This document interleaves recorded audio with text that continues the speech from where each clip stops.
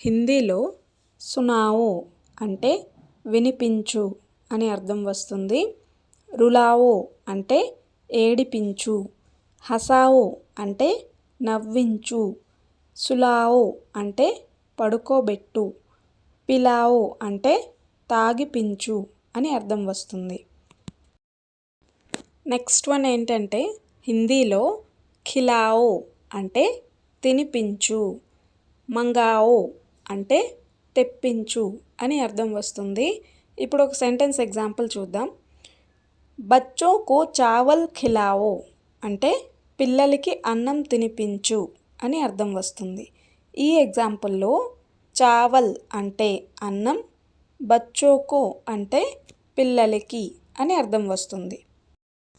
Previous స్లైడ్లో హిందీలో మంగావో అంటే తెప్పించు అని అర్థం వస్తుందని డిస్కస్ చేశాం కదా. ఇప్పుడు ఈ స్లైడ్లో మత్ మంగావో అంటే తెప్పించొద్దు అని అర్థం వస్తుంది. అలానే మత్ రులావో అంటే ఏడిపించొద్దు. మత్ సునావో అంటే వినిపించొద్దు అని అర్థం వస్తుంది.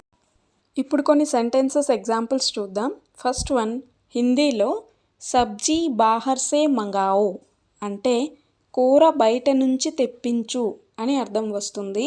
ఈ సెంటెన్స్లో సబ్జీ అంటే కూర, బాహర్ సే అంటే బయట నుంచి. నెక్స్ట్ వన్ ఖాతే సమయ్ మత్ హసావో. దీని తెలుగు అర్థం మీరు కామెంట్ చేయండి. Thank you.